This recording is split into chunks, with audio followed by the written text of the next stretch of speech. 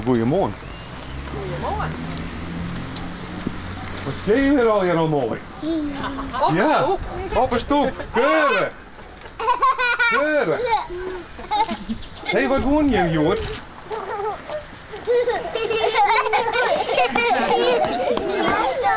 Woon de auto's in?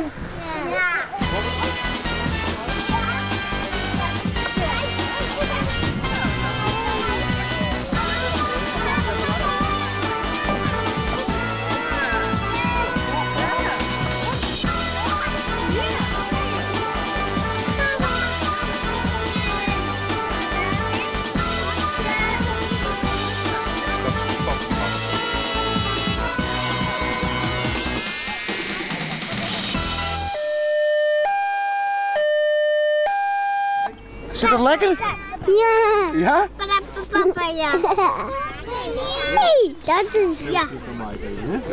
Dat is een microfoon. We reden met wat minder in.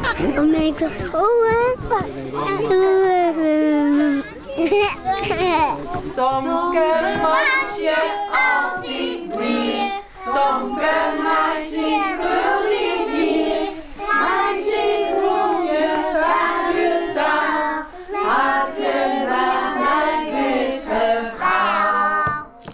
Tomke, die gaat ook naar Squallen. Die gaat naar juf Klaske. En bij Squallen binnen een protte meesken. Wat een domme meesken, Rob Dromke. Ik ben vrijgeworden voor een Frieske Fjallaarsweken. Dat is een stimuleringsproject om te lezen en het stimuleren van de pjutten.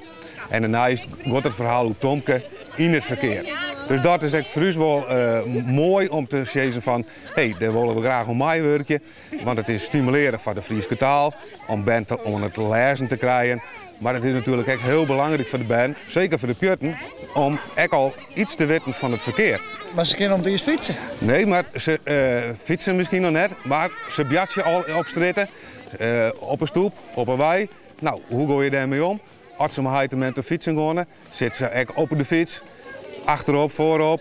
Dus je maakt wordt deel uit van het verkeer. En dan is het belangrijk dat ouders dan echt al uitlezen hoe het verkeer werkt. Dat weer het verhaaltje van Tomke en Romke.